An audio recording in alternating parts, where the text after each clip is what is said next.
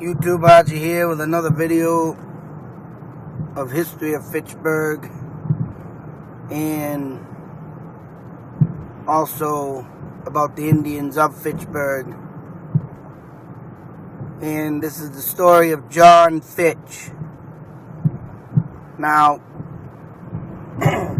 due to my dreams of having about the John Fitch mines, these articles that I've read, I have to throw them up soon. I have another article to throw up with them. And this article led me from one article that said that the Pawtucket Indians could have lived here in Fitchburg. And I'm thinking more or less they did live in Fitchburg. And not only them, I would say also the Nipmucks. But this story today brings me about John Fitch and an Indian that had some issues. Nice. In one article I read about John Fitch and an Indian quarrel, I thought it might have been due to the fact of one of the first settlers here that started ripping off the Indians with tobacco and alcohol. You know, the way the article wrote, whoever wrote it, to me sounded like he fled this town and John Fitch and some other men came into this town right after. But it sounded like me, it was like this guy went and got him for backup, for help. And then it said in the article, you know, it just was so messed up with writing. I don't know, because of the way it came out on the computer, because I know if I usually write, you know, on a laptop or something, and sometimes I put some articles, or no, copying the article that I have written, and I put it in the, you know, and I copy it and put it in on a, you know, a page or something. That's what I meant to say. If I write something, copy it, and then, like, all these fucking other letters come up anyways. And I think that's what might have happened to the person, but they also were misspelling words, or if they were words back from the 1800s that are different from now. It was just hard to understand and read. I mean, I got what I could out of it, and that's that. But the original story of John Fitch, and of course this article also says, oh, we don't know if this happened. But why would they come out with something and not know about it? And say it didn't even, I mean, wrote about it and say it didn't even happen. It's just ridiculous. But I'm going to go on my thoughts and theories and say it did happen. Now we are on Pearl Hill Road in Fitchburg, and all in this vicinity off to the left here as we're coming off of the John Fitch Highway. And due to the directions they give in the writing too, it is very hard to find where they used to live back in the day, due to the fact that they talk about rods and, you know, 6-7 miles from this house in the middle of town, and they don't give specific addresses, they don't give, you know, specific streets. It's a friggin' nightmare. But due to the fact that they talk about Fitchburg, Pearl Hill, Ashby, and Lunenburg, I'm going on my gut feeling that John Fitch's house was at the end of this road. And as you can see, the landscape of all hill, and up in here, all in that back area is Pearl Hill. Not the road, but a actual hill, as you can see. It all sets up, and as you can see, we got a cliff over here. You go too fast down this road, you're going off the side of it. And looking down there, beautiful view of the valley. And I'm about to wonder if Indians lived up on these rocks, but I know the story goes is that John Fitch was out here cutting down a tree or something, probably getting, back in them days they didn't have furnaces. You gotta get their firewood. But as he was cutting down the tree, he knocked it on a wigwam. And a wigwam is an Indian's house. They used to make out here. They didn't have teepees, they had wigwams. If people don't know what a wigwam is, haven't been following my videos, a wigwam is you take smaller trees similar to that, right, what I'm passing. You bend them over, cover them with bark, branches, leaves, whatever, and you got yourself an Indian hut. Like, it's like a hut almost, but it's made of trees and bark. And I'm going and I'm bringing you the show right up in there, the actual Pearl Hill. And this is a friggin', I used to drive this road many times, but I never, ever took the time to friggin' look. And it's just awesome view. And I can tell you, I can say for a fact that Indians used to live up here. And why John Fitch would want to come out here is beyond me.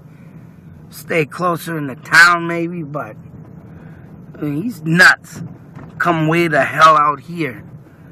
I can just imagine in the wintertime or whatever. Because it don't, like I say, it don't say but the town lines that where he lived next to in the article. Like I said, we'll put them up soon when I get a chance. But as the story went on, John Fitch knocks this Indian's wigwam down and don't even give apology. Don't ask to help if he needs help rebuilding. Just leave it as is. He didn't even, he didn't talk to the Indian. It was just a shame. It was, what kind of person does that? It's sick. And of course, the Indian was waiting for an explanation, never got it. So, what did he do? He headed straight to Canada and got some Indians and was going to come back down and, hey, you fucking destroyed my house. Get revenge. And the story goes is that when they got back down here, John Fitch, of course, got a little spooked. And why wouldn't he? You just destroyed someone's house, you jerk. And I'm going to stop here real quick. Now, they talk about the brow of Pearl Hill. And when I looked up brow, of course, and you got eyebrows. B-R-O-W. And this is a huge brow. I don't know why they didn't call it a cliff back then, but they called it the brow that the Indians stood on. And I'm watching John Fitch and waiting for the right moment to attack. John Fitch did get 2 soldiers, and they were killed by the Indians. John Fitch and his family was kidnapped and brought to Canada. And I guess they, instead of, doing what John Fitch should have done and be a man and either help or ask or whatever the case may be, they kidnapped them and they settled their differences and they released them. But on the way home, the wife of John Fitch passed away of a sickness, of course, due to that long ride from Canada. Could just imagine what it was like back then traveling on horse to fucking Canada.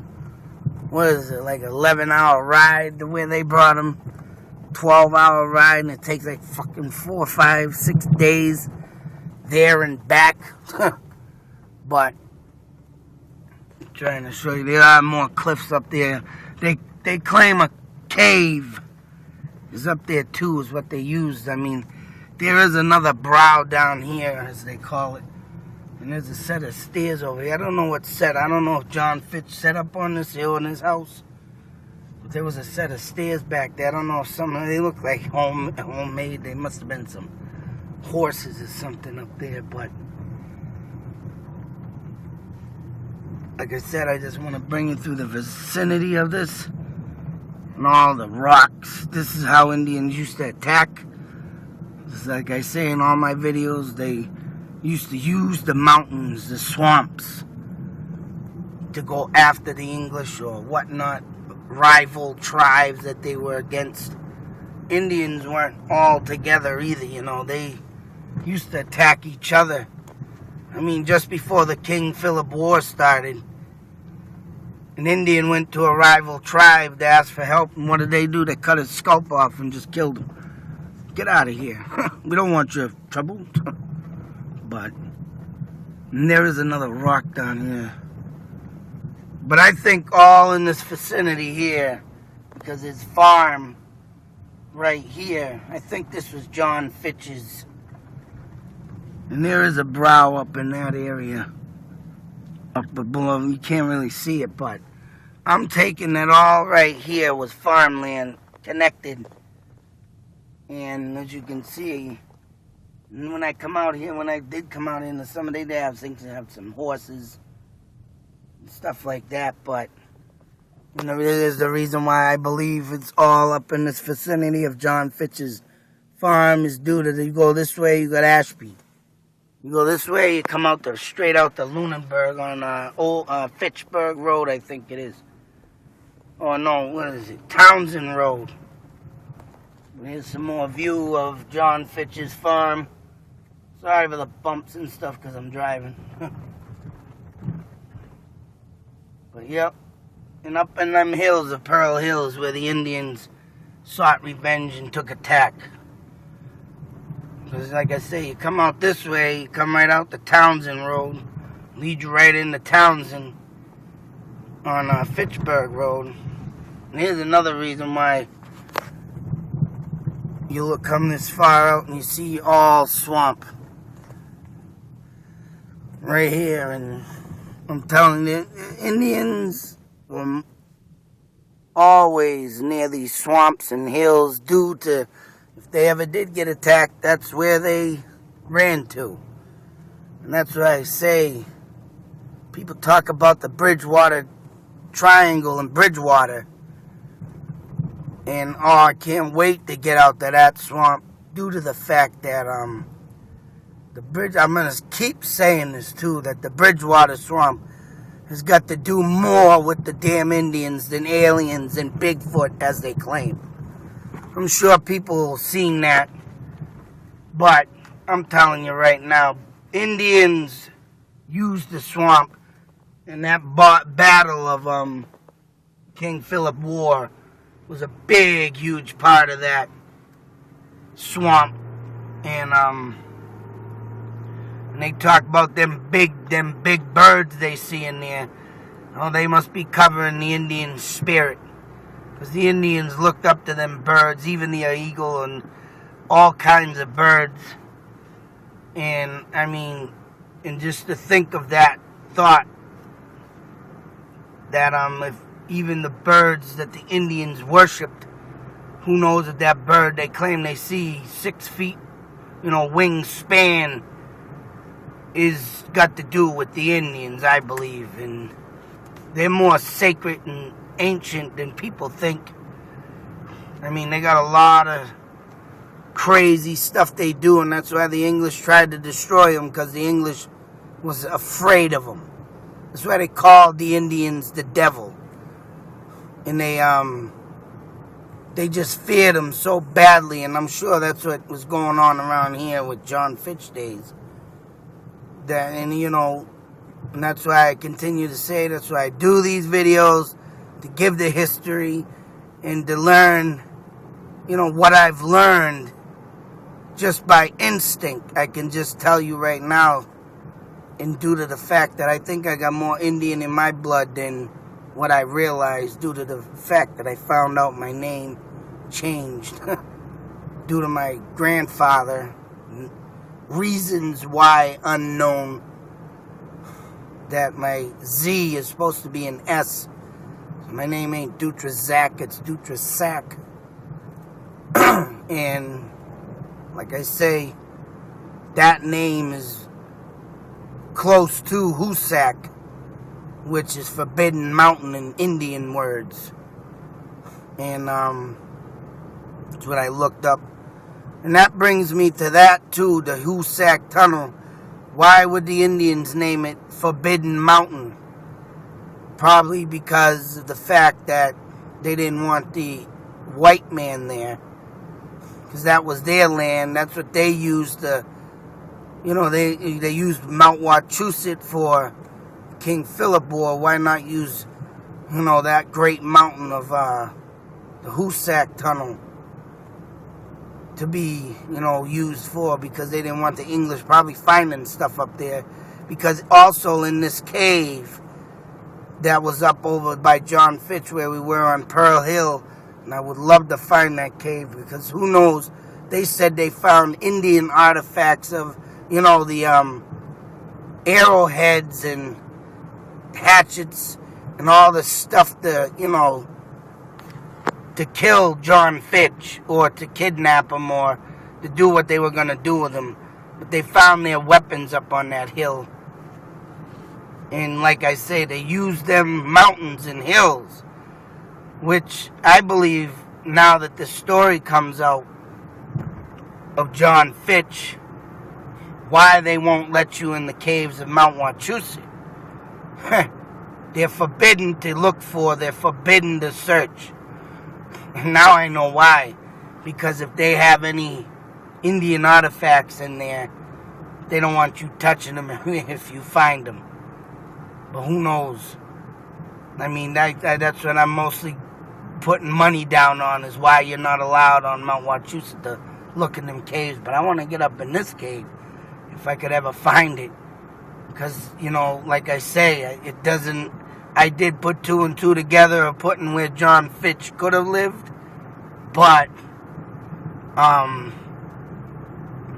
to find that cave, it'd be a heat needle in a haystack. Because, for one, I gotta get permission to climb through there because of all the people's backyards. I mean, people do live up there. And 2, I mean, it would take a whole day or 2 days just to even find that cave if it didn't cave in or something. But I mean, just the claims of it being up there is just, and that would put my thought and theory that the story is true if I was to find it and find something in it. They were up there hiding and waiting for an attack, to kidnap, bring them up to Canada to get their, rights back of what he just damaged of the Indians' wigwam. And it was just, like today, you don't go smashing people's stuff. Why should they get away with it, But them are my thoughts and theories on that story. I believe it happened because, when John Fitch came back, they dedicate this town to him. And he's got a John Fitch highway, and, just for the fact of that reason, yeah, he got kidnapped. He was set up for ransom or something. And the Indians wanted stuff back for destroying it. So, but here we are back on John Fitch.